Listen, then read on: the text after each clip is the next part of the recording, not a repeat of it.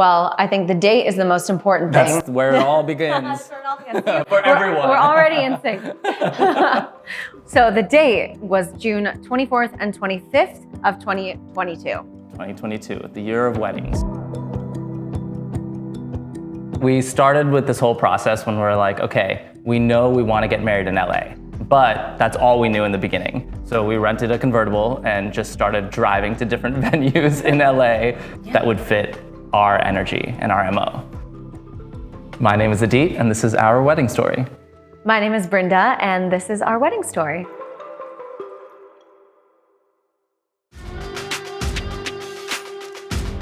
Actually, our thinking before COVID and before life changed was to do a destination wedding. That was going to be the dream. And then, because both of our fathers are unfortunately disabled and aren't able to travel as easily, we're like, how can we get that feeling and still give it like that luxury feel, destination?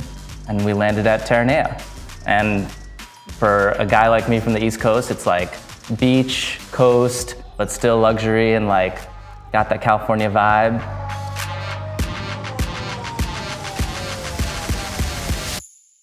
When we went there, there was just this peace and there was this feeling of like, wow, this venue can contain all of the multitudes that we want and also have a place, that was overlooking the ocean and do our traditional South Indian ceremony. Like it just could have everything. It could contain multitudes just like us. It's like with an Indian wedding, there's always a few different events that we need to plan for, and we needed a venue that was sort of like, okay, we can do a little indoor and we can do a little outdoor and make use of the space. And that was really fun to find. And in the beginning, you just have ideas of what you want to do, but then you need the location to kind of give your ideas a little home, and then you can build from there. One of the big things that we were very passionate about was we wanted to honor a South Indian traditional wedding, but still put in our fun elements of being a fun couple and having something that our friends enjoyed. Typically, when you see Indian weddings, you see North Indian weddings. So you have like a lot of the big Sangeet party, and you have like a lot of the big colorful, and you have a lot of the like big song and dance sequences. And South Indians, for better or for worse, are very serious people. They're very meditative. And so for us, all the logistics involved early morning start. And that was a big challenge for us because technically South Indian people start weddings at like 7 or 6 a.m. I think we ended up negotiating 8 o'clock. 8 o'clock. We tried to incorporate like little pockets of things that our friends could do and family members and older people who, wanted to sit and watch the wedding. There was a section where people did that. It was surprisingly dynamic, even for a 4-hour ceremony. You think about the heat and the sun, and like, that was just something that we were like, we have to have that. We gotta have a tent, otherwise it's gonna be tough. Planner and vendor was like, I don't think you should do it. It's gonna mess up the aesthetic. And we're like, you haven't been to an Indian wedding where you're outside for 4 hours and you hear the aunties and uncles complaining about the sun. Like, we need this. And I'm so glad because it turned out awesome. Our amazing floral team, so Shauna Yamamoto Event Design, was who we ultimately selected as our vendor for flowers. And I could not be more grateful because one big reason why we decided to go with them was that they were actually down with our idea of putting a tent in.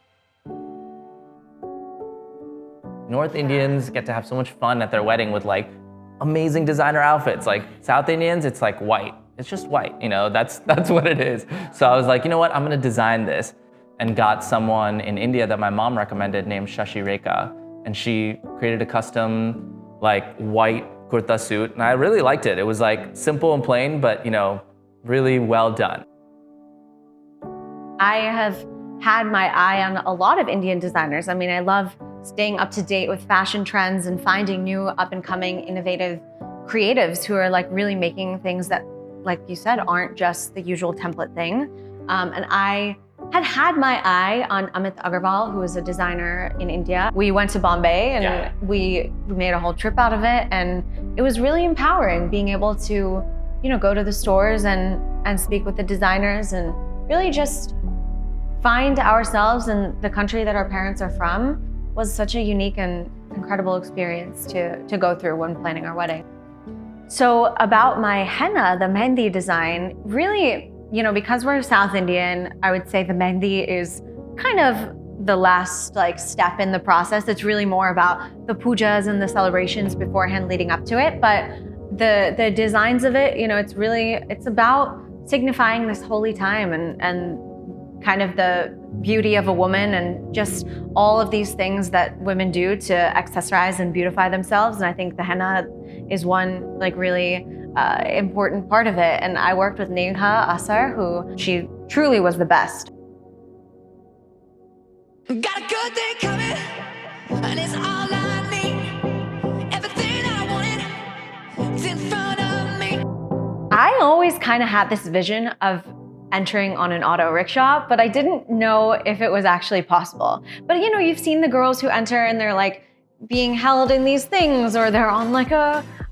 And then it was cool because the rickshaw became part of the thing, because we're like, let's make it part of, you know, the setting, and we made it a little photo booth, and we that kept was the rickshaw huge. there. We rented it for just that little bit longer, and that was, I think people were so... My niece and nephew got on there, and then I entered with like a Rajnikant song, again, like South Indian, like, you know, any South Indian knows Rajnikant, and like all my like side of the family was just like, that's him.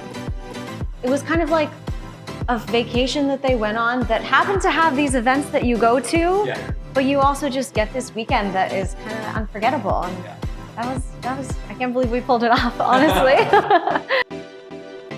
Your love is like hard medicine. There's nothing better than you.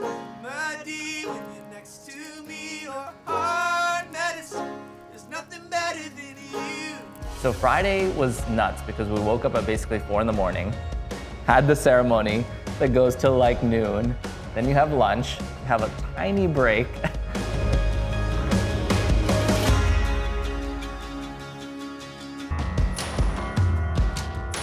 And then after that, we had to get ready again into our reception outfits, because that was the only day that we could do a photo shoot with our friends on the cliff, and then come back and turn around and get into our pool party outfits, and then do the pool party. And then go to the pool party. So yeah, that was a whirlwind day. And this pool was so beautiful. There was like, just like that clear glass, you overlook the ocean, and we're like, oh, I think this is a good place for like a sundowner.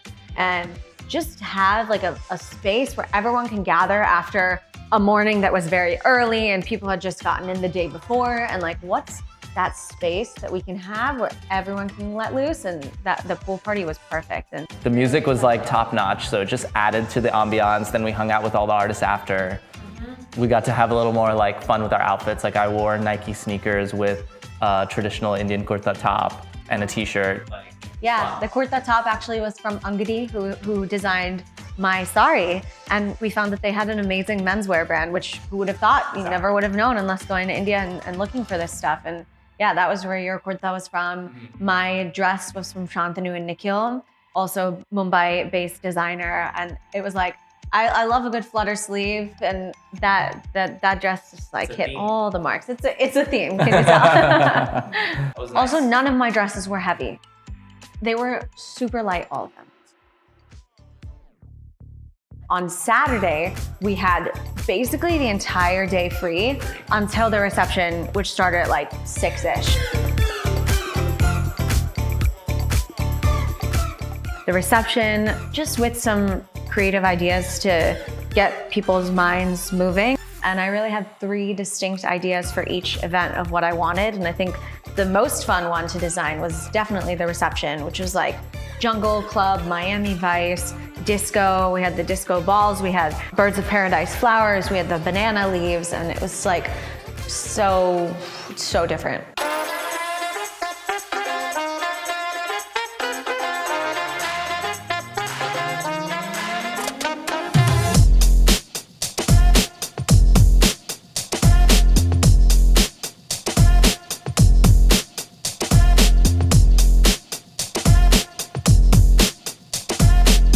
Our family in India who couldn't come tuned into the stream, and like I remember during the stream talk with Ballerina, it was like, oh, I don't know if we should do this. Like, I don't know if it's worth it. I don't know if the quality is going to be good. But actually, that thing ended up having like 500 people that, you know, half of whom I can't tell you that I know personally, but I think got it was a lot of just messages from that. a Zoom link that was forwarded many, many times on WhatsApp.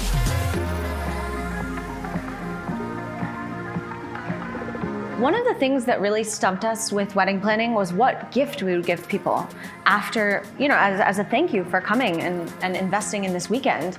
So I think there was something interesting about the NFT that felt permanent in a way that was sort of unique from just giving a cookie or a candle or whatever. And it felt like something that as we were discovering this is also something that we can share with others too. That it felt like kind of an interesting reflection of us and what we were interested in. It's like a snapshot of that time.